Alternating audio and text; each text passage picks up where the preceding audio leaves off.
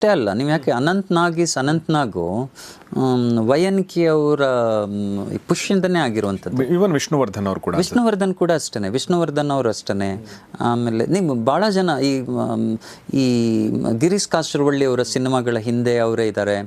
ಆಮೇಲೆ ಈ ಅನಂತನ ಇದಿತ್ತಲ್ಲ, ಗಣೇಶನ ಮದುವೆ ಸಿನಿಮಾದಲ್ಲಿ ವಿನಯ ಪ್ರಸಾದ್ ಅವ್ರನ್ನ ಕಾಸ್ಟ್ ಮಾಡಿರುವಂಥದ್ದು ವಯನ್ಕೆ ಅವರೇ.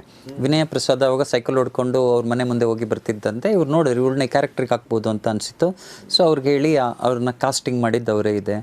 ಸೊ ಅಂದರೆ ವಯನ್ಕೆ ಅವ್ರು ಹೇಳೋದಂದರೆ ಮಿಡಾಸ್ ಟಚ್ ಅಂತ.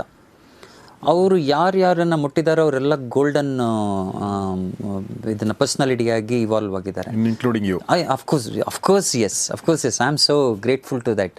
ಶಂಕರ್ ನಾಗು ಜೊತೆಗಿನ ವಯನ್ಕೆಯ ಇದು ಹಾಗೆಯೇ ಅಂದರೆ ಈ ವಯನ್ಕೆ ಸಂಪರ್ಕಕ್ಕೆ ಬಂದವರು ಆಲ್ಮೋಸ್ಟ್ ಎಲ್ಲರೂ ಅಂದರೆ ಗೋಲ್ಡನ್ ಪರ್ಸ್ನಾಲಿಟೀಸ್ ಆಗಿರೋದು ಅವರು ತೆರೆದಿಡ್ತಾ ಇರುವಂತಹ ವಿಸ್ತಾರಗಳು.